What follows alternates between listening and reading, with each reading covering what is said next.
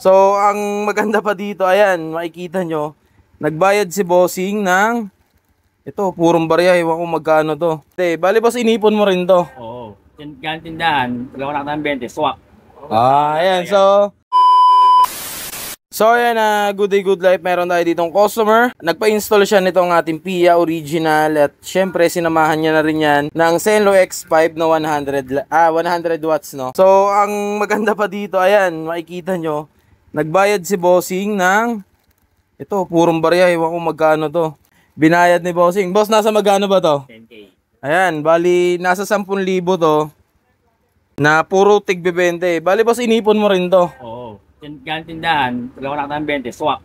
Ayan. So, ayan, bali itong pinang-pa-install talagang pinag-ipunan to ni Paps para makapag-avail sa atin ng ilaw tsaka busina. Kasi syempre, sulit investment din naman to. Kasi tingin ng iba dito, luho eh. Masasabi ko na investment to kasi kapag meron kang busina, mare-recognize ka sa daan. At syempre, kapag meron ka namang ilaw, iwas lubak yan. So, titingnan natin mamaya yung setup ng motor ni Bossing. Yung motor niya is NMAX, no? Nag-avail din to ng heavy duty bracket.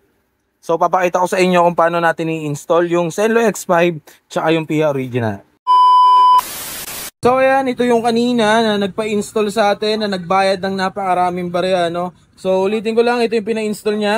Zenlo X5 Plus at Pia original, no? Sa auxiliary lights niya, 100 watts to mga paps, no? And itong Pia original naman natin, nilagyan natin to ng back to stock.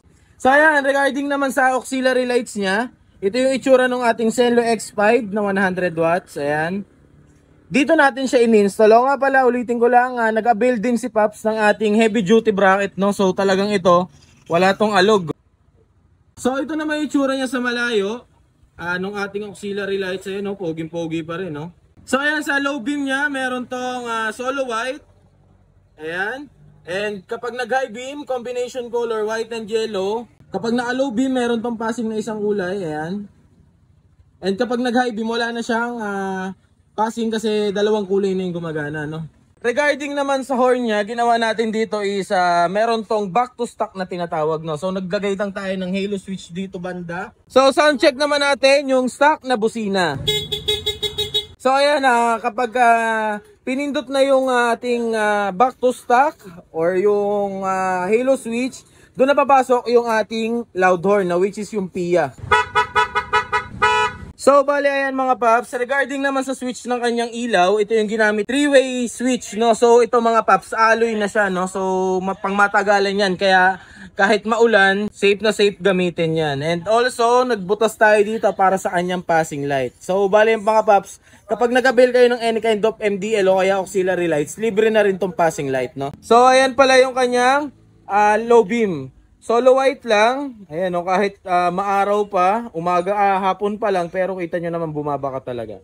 And kapag nag-high beam, combination color white and yellow na yan mga paps. Ayan, no. Napakaliwanag yan, lalo na kapag nasa kalsada na, mas malawak, no. So ayan, kung naghahanap ka ng best accessories para sa motor mo, alam mo na kung saan ka pupunta, dito lang yan sa Paps Pa Install. Dali sa Paps Pa Install, alagang Paps ka.